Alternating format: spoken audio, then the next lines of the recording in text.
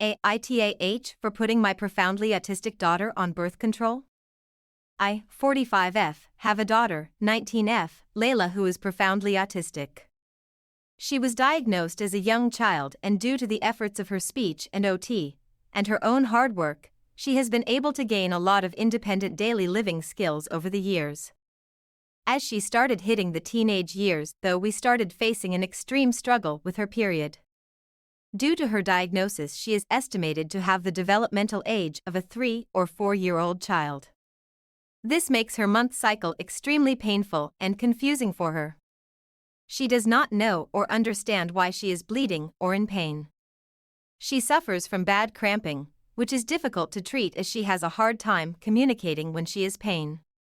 Aside from the pain, the hygienic side of her cycle is very difficult for both her and me. Due to the painful nature of her cycle, keeping things consistently clean is extremely hard, as there is a negative association there, and she does everything she can to avoid dealing with her period. After trying different OT therapists and plans, both me and her father, her OT therapist and her pediatrician, have decided the best thing for her is to be put on birth control so her cycles can be managed. We safely have her skip the majority of her cycles during the year, and it has been a blessing for us.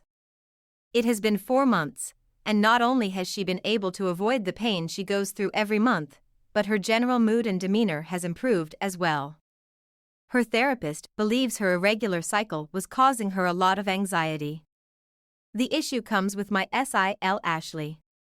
She was over at the house yesterday having lunch with us when she asked how Layla had been doing recently. I told her that she was doing very well and explained to her the changes we made in the last few months. Ashley was horrified. She started ranting about how I am taking away my daughter's autonomy by putting her on birth control without her consent, and that the long-term effects could hurt her fertility. Layla will never have children, and will never have an intimate relationship with others due to her developmental age. I tried explaining this to Sael, but she held firm. I honestly don't know if she has a very good grasp on autism or developmental disorders at this point. I ended up asking her to leave as she was getting louder, and I didn't want her to upset Layla. I let my husband know what had happened when he got home from work. Layla had already texted him trying to shame him for allowing Layla to be put on birth control.